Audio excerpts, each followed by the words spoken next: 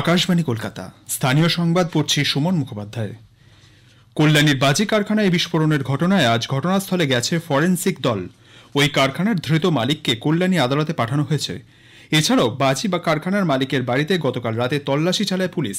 প্রায় 2 কুইন্টাল বাজি ও বাজির মশলা উদ্ধার করা হয়েছে বলে পুলিশ সূত্রে জানা গেছে। দিল্লিতে বিধানসভা ভোটে জয়ের প্রেক্ষিতে উচ্ছ্বসিত এরাজ্যের বিজেপি শিবির। দিল্লি জয়ের পর এরাজ্যেও পরিবর্তন আনার জন্য জোট বাঁধতে বিরোধী দলনেতা শুভেন্দু অধিকারী দলীয় কর্মীদের আহ্বান জানিয়েছেন। মহিষাদলে আজ এক জনসভায় তিনি বলেন, অন্যান্য রাজ্যগুলোয় বিজেপি ক্ষমতায় আসার পর যেভাবে কেন্দ্রের প্রকল্পগুলির সুবিধা মানুষ পাচ্ছে, এ রাজ্য বিজেপি ক্ষমতায় এলে আয়ুষ্মান ভারত সহ সব প্রকল্পগুলির সুবিধা রাজ্যের মানুষ পাবেন। আমুল রাজ্যে 600 কোটি টাকা ব্যয়ে বিশ্বের বৃহত্তম দই উৎপাদন কেন্দ্র তৈরি করবে। হাওড়ার সাঁকরাইল ফুড পার্কে এই ইন্টিগ্রেটেড ইউনিট গড়ে তুলবে আমুলের নিয়ন্ত্রক দুগ্ধ সমবায় Gujarat cooperative milk marketing federation GCMFF। অষ্টম বিশ্ববঙ্গ বাণিজ্য সম্মেলন চলাকালীন ওই সংস্থার সঙ্গে রাজ্য শিল্পোন্নয়ন নিগম এবং প্রাণী সম্পদ বিকাশ দফতরের একটি মৌ চুক্তি স্বাক্ষরিত হয়েছে।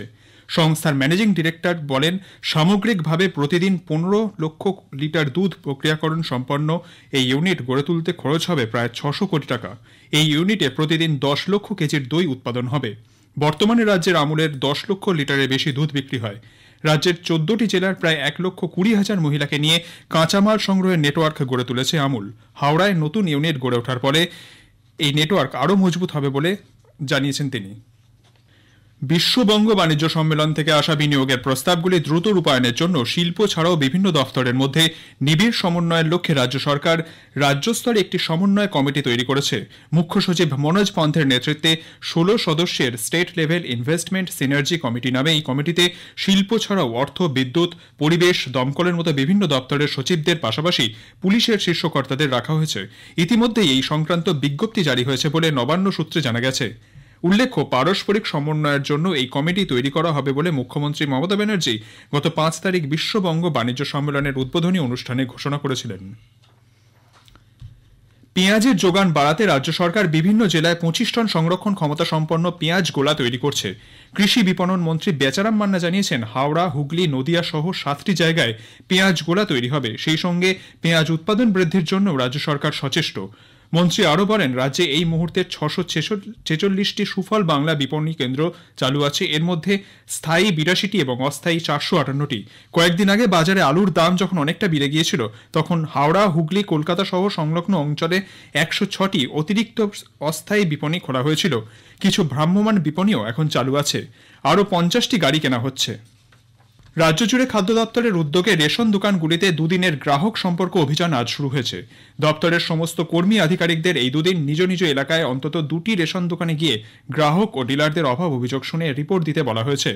কোনো ডিলার গ্রাহকদের সঙ্গে বঞ্চনা করছেন এমন ডিলারদের জেলাভিত্তিক তালিকা তৈরি করা হবে। বিধিবদ্ধ রেশন এলাকার ডিরেক্টরদের এই অভিযানের সময় চিহ্নিত ডিলারদের উপর বিশেষ নজর রাখতে এবং প্রয়োজনীয় ব্যবস্থা নিতে নির্দেশ দেওয়া হয়েছে। পুরুলিয়ার অতিরিক্ত জেলাশাসক রানা বিশ্বাসের অকাল প্রয়াণে প্রশাসনিক মহলে শোকের ছায়া নেমে এসেছে।